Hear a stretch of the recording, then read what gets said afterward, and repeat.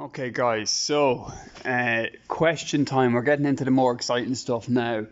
So I've been working away on the engine, just reassembling all the ancillary items and everything like that. And what I'm hoping to do in the next week or two is I'm hoping to remove the stock M103 3 litre engine out of here.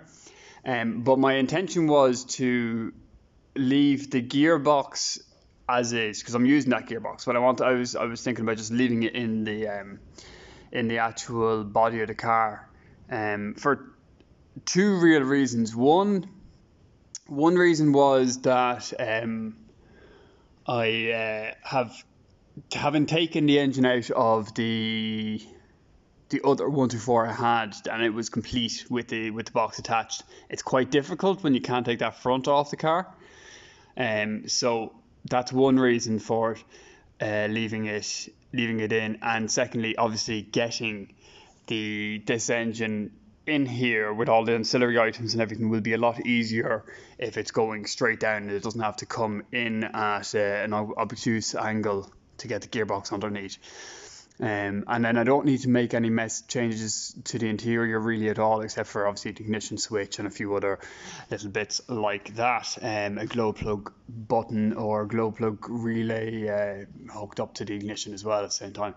So yeah, I was looking to how to do that, because I've only taken two engines out of the cars for this first two times doing it, and obviously both times I took them out with the gearbox attached.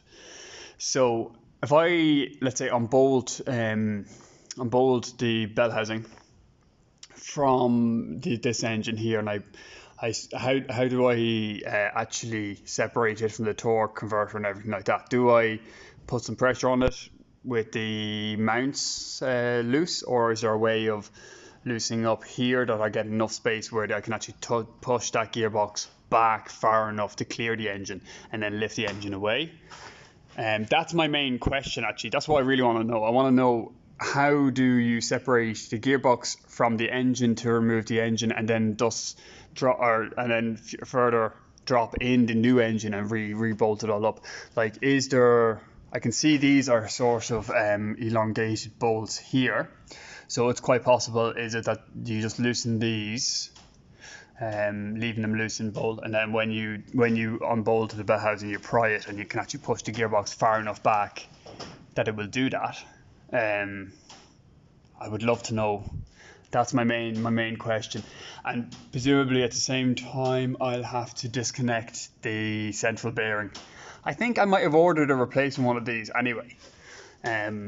So that might have to happen anyway, but presumably you unbolt the center bearing and you support the back of the prop shaft and push it back with that. I really don't know, guys. I'd love as much information as I can, because this is a big unknown for me. And when you're wrestling with things on your own, the more knowledge, the better, really, you know. Anyway, guys, hopefully somebody can help me out with some advice on that.